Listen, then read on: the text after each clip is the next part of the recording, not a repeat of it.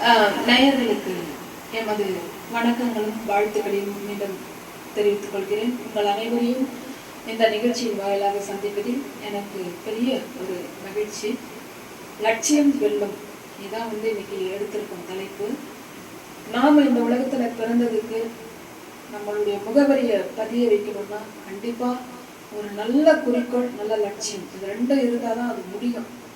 அதுதான் நம்மளை வழி நடத்தும். நாம எப்படி இருந்தாலும் நம்மளை உலுக்கி எடுத்துரும். இந்த ரெண்டும் எதுனா நல்ல லட்சியமும் நல்ல குறிக்கோள் நம்மளை அழகுபடுத்தும், அவசியப்படுத்தும், துரத்திக்கிட்டே இருக்கும், உழைக்க வைக்கும், நம்பிக்கையை தரும், நம்மளை வேலை செஞ்சுக்கிட்டே இருக்கும் சொல்லும். அந்த மாதிரி ஒரு மாபெரும் சக்தி இந்த லட்சியத்துக்கு உண்டு. நான் இந்த உலகத்துல பிறந்து முழு பௌர்ணமியில பிறந்ததுனால சந்திராவதி அப்படிங்கிற பெயர் எனக்கு வச்சாங்க. ஆனா இவ்வளவு பெரிய ஒரு சக்தி எனக்கு இருக்குன்னு நான் நினைச்சு கூட பார்க்கல. ஒவ்வொரு சக்தியா வெளியே வந்தது. நான் ஒரே ஒரு விஷயம் தான் கையில எடுத்தேன். அது பின்னால நிறைய சக்தி வெளியே வந்துருச்சு. நல்ல புத்தகங்களை இந்த தமிழக மக்களுக்கு, தமிழ்நாட்டு மக்களுக்கு நான் தரணும்னு நினைச்சேன். ஏன்னா ஆற்றல் மிக்க சிந்தனைகளை எனக்கு இறைவன் கொடுத்துருக்காரு.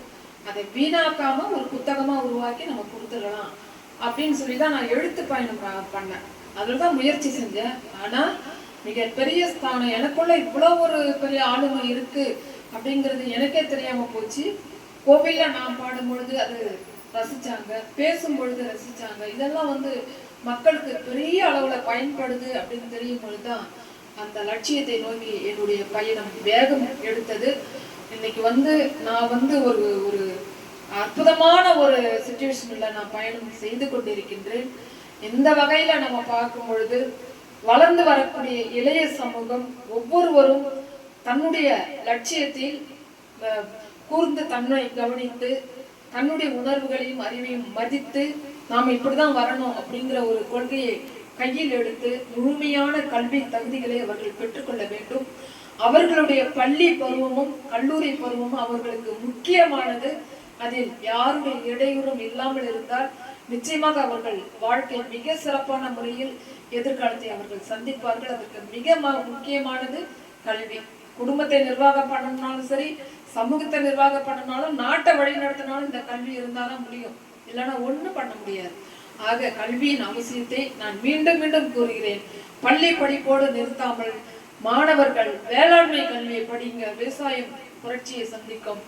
ஆர்ட்ஸ் அண்ட் சயின்ஸ் காலேஜ்ல போங்க, அங்க படிங்க, இன்ஜினியர் படிங்க. உங்க திறமைய கல்வியில பதிய வச்சு நீங்க முழுமையான கல்வி தகுதிகளை பெற என்னுடைய வாழ்த்துக்களை நான் தெரிவித்துக் கொள்கிறேன். சற்று பின்னோக்கி நாம் முன்னோக்கி சென்றால் பல வருடங்களாக எங்கேயோ ஆந்திராவில் பிறந்து நம்ம தமிழ்நாட்டுக்கு 40,000 பாடல்களை பாடி வின் பண்ணி தன்னுடைய அருமையான குரலால் ஒரு வெற்றியை சந்தித்தவர்கள் மாபெரும் இசை அரசி ஜானகி அம்மா. அவங்க பாடாத பாட்டையில் அவங்களுடைய குரல் மிகவும் அழகானது. எனக்கு சுசிலாமாவுடைய தீவிர ரசிகை நான். அவங்க குரல்ல நான் பாடினாலும் சட்டுன்னு அவங்க மறைஞ்சிட்டாங்க. இவ்வளவு சீக்கிரம் அவங்க மறைவாங்கன்னு நானும் எதிர்பார்க்கல. அதிர்ச்சியான ஒரு ஒரு மறைவா எனக்கு தெரிஞ்சது.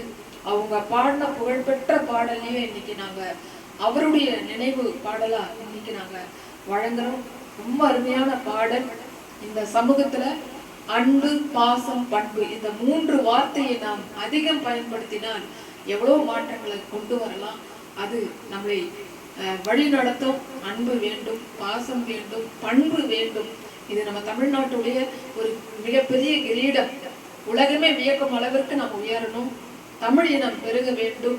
ஆகவேதான் தமிழக மக்களுக்கு இன்னொரு அருமையான இந்த பாடலை வழங்கி மகிழ்கிறோம். ஜானகி அம்மா நினைவாக இந்த பாடல் நாங்கள் வழங்குகிறோம். நாதம் என் ஜீவனை, இசை என் ஜீவன் தான், நான் இசையை ரசிப்பவள், இசையையும் கடவுள் எனக்கு கொடுத்திருக்கிறார்.